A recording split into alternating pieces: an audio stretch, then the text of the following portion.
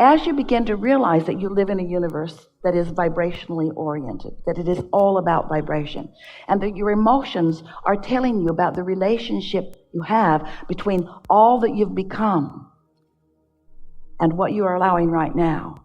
Now, if you will set an intention to want to feel good, and you will show yourself that you can feel good, then you're off and running. The best time to reestablish that intention is first thing in the morning. Because while you sleep at night, your point of attraction is different than it is while you're awake. While you're awake, your beliefs are active and your point of attraction is strong. And there is a momentum in that. So it makes it hard for you to get focused upon something that you don't want and all of a sudden switch subjects, because there is a momentum that has already been created. So once you sleep at night, that momentum subsides. So you have the best opportunity first thing in the morning to get out on the right side of the bed, so to speak, to get off on the right foot, so to speak, and set your vibrational tone or frequency the way you mean for it to be. And if you do that every morning, if you say to yourself, oh, this is a whole new day, and nothing before is relevant except that I've established a whole lot of desires that are vibrationally all queued up for me, and today I intend, no matter where I'm going, no matter what I'm doing, no matter who I'm doing it with, it's my dominant intent to look for what I'm wanting to see. Set that intent early in the day and look for things that feel good, and watch how day by day by day by day by day you can note an obvious improvement in your point of attraction. By your point of attraction, now this is really central to what we're talking to about here, and if you've been following us this far, we can feel that you are. If you can get this next piece, things are going to break open for you in a really powerful way. We want you to realize that things are not going to manifest necessarily from one moment of not being there to suddenly a moment of being there, because you're not going to change your vibrational frequency that quickly. But things are going to be adjusting, and you are going to begin to notice it. So the manifestation that we want you to focus upon is not the car in the garage or the lover in your bed or the money in your bank account. Not right now, not all of a sudden. The manifestation we want you to focus upon is closer over here to the vibrational frequency. It's the manifestation of a thought occurring to you, a thought that you don't usually think. You'll be realizing things that you don't usually realize, and right along with that realization will be an emotional upcharge, an emotional surge that will be the indicator of your changing of your emotional or vibrational frequency. So if for a little while you can let the emotion be what you're going for rather than the full-fledged manifestation. Oh, the emotion is going to lead to more thoughts and more thoughts, ideas of rendezvous. You'll start getting impulses of where to go and when to go and who to go with. All kinds of things will begin occurring to you, and these manifestations will blossom into actualized life, into manifestations that others around you can see. It is our absolute promise to you. But if you find the vibration and then you don't maintain it, and you find it and you don't maintain it, and you find it and you don't maintain it, then these manifestations don't come, and that's what makes you feel discouraged. That's what makes you begin to doubt your ability to create your own reality. You let too much of your vibration be about what you're observing instead of about what you are wanting. Which brings us to the most important part of this evolved discussion. We're talking about you creating your own reality, but we want you to understand that if you are living conditionally, where you are so fixated on the conditions of what is right now, the conditions of what is right now will prevent you from ever having the improved version. Because you can't offer a vibration of what is and a vibration of what is coming at the same time. If you're focused upon the absence of something that you want, that's the vibration you're practicing, and it will keep you from realizing the path. Because law of attraction is drawing all cooperative components. It's already been assembled. Your vibrational reality contains everything that you want. You've just got to get in the zone, in the vibe. You've just got to get in the vibrational frequency vicinity so that you can begin realizing. You know how sometimes when you say, oh, I just got the best idea. That's why. You let down your negative guard for some freakish reason. You were feeling good. And in that absence of resistance, you got an idea. But most of you don't keep the idea alive by nurturing the fertile ground that allows it. Instead, you kill it with reality. You say, oh, but that's not likely. I don't know others that have done that. It hasn't been working out that way for me. You argue for your limitations by pointing out what is. And what is not the friend of what will be. Often. Sometimes it is. In other words, if what is lovely, focus on it as much as you can, and more like it will come to you. But you want to be a selective sifter about what you focus upon. So this now reality is full of conditions. And as you focus upon the conditions, the condition, whatever the condition is, I must deal with this condition. Esther twisted her knee, pulling a very heavy suitcase, and it's been bothering her, and she finds herself focusing upon the condition of her knee. Hard not to. It hurts. Hard not to. It's slowing her down. Hard not to focus on it. It is a reality that gets her attention. But what she is realizing is she can hold the sore knee with her indefinitely by giving her attention to it. And so once something is manifested, we know it's not easy to get your attention off of it. But you got to figure out some way to get your attention off. Unwanted or unwanted will remain in your experience. Law of attraction says that it must. So conditions, some of them you want, some of them you don't want. But here's something that will serve you so well as you are beginning to understand the vibrational universe that you live in and the vibrational being that you are. Over here is a vibration that we're going to call, in as emphatic way as we can because we want you to remember it evermore, it is an unconditioned.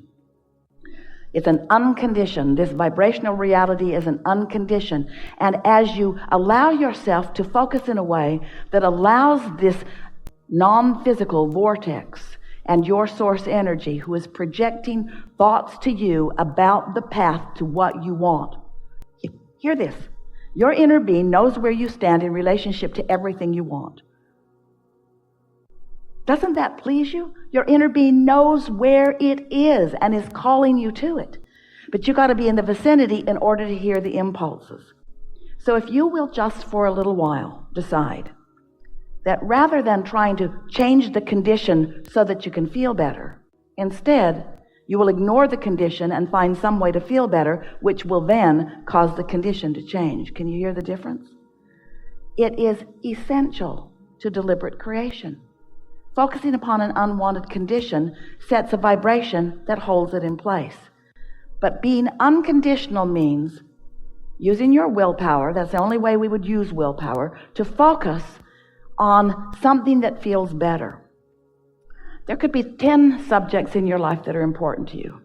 And let's say 9 of them are going extremely well. But you could focus on the one thing that isn't going well. And as humans, that's what you usually do because you're trying to find a problem and wrestle it to the ground and kill it. This universe is based upon attraction and inclusion. When you say no to something, you're actually saying yes to the thing you don't want. Yes to something you do want brings it. No to something you don't want brings it. So here is this condition that you don't want. And as you focus upon this unwanted condition, you hold yourself vibrationally apart from what you want. So if you would decide that caring about how you feel matters, it matters so much that this condition takes a second or third or fourth or fifth place. So let's say there are 10 things in your life experience that are important to you, and that one thing isn't going well. The other 9 going well. If you would focus upon the 9 things that are going well, or even one of the 9 things that are going well, that 10th thing would have to come into alignment. Would have to. Because vibrationally, you've cleaned it up. Vibrationally, you're using the 9 things that are going well as your reason for offering your vibration, which means you're now getting impulses about everything else. You're getting impulses about the thing that isn't going well. Let's turn it around. Let's say 9 things are terrible, and 1 thing is going really well.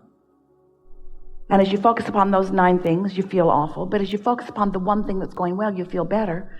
So you focus on it more and more, so you're feeling better more and more. So now the other 9 things are coming into alignment because you're holding yourself in a frequency that allows the solution that you're looking for. The vibration of a solution and the vibration of a problem are completely different frequencies. So what's the point of all of this, Abraham? What's the point of all of this contrast that surrounds us? Well, the contrast causes you to identify what you want. It's really step 1 of the important creative process. If you don't know what you don't want, you can't know what you do want. So step 1 is that discerning and asking process. And that's that rocket of desire that goes into this vortex that your inner being stands and holds and summons to you all the cooperative components. The question is, are you one of the cooperative components? And the answer to that is, if you feel good, yes. If you feel not good, no. You're not being cooperative right now.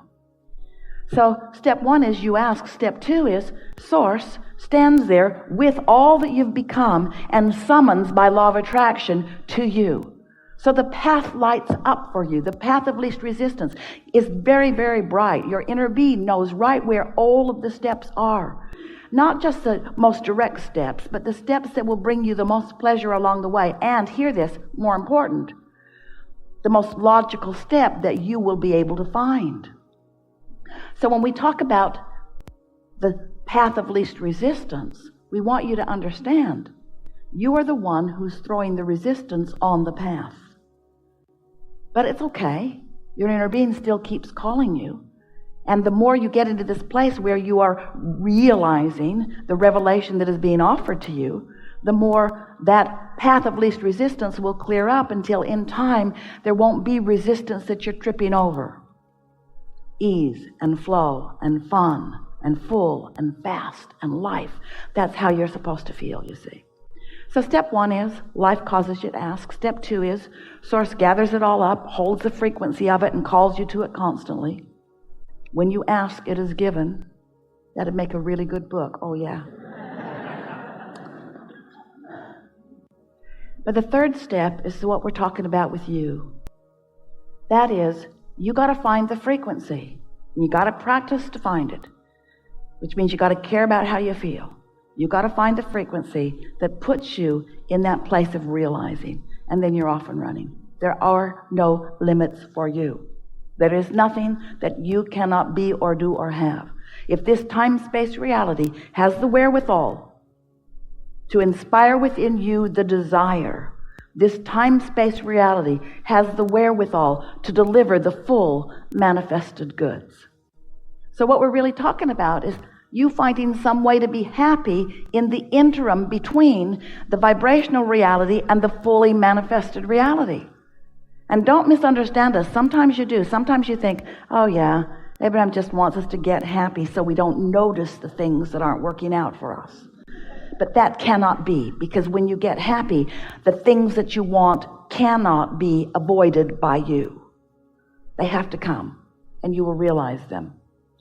And oh, what fun it is to consciously define desire and then deliberately tune your frequency by caring about how you feel, and then getting to witness the path unfolding. Such a fun path. After a little while, you'll begin to understand that the journey was what it was all about, that the destination is fleeting. Don't misunderstand. We want you to have all that stuff you want. We want you to have every bit of stuff that you want. We want you to have it. You have come into this leading edge place because manifestation is the leading edge way. We're not trying to talk you out of your manifestations. We're just wanting you to find more joy on your way to them.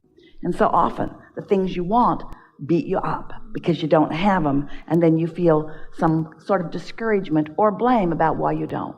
Very clever. Must be my mother's fault. It's usually what you say. I think it's my mother's fault.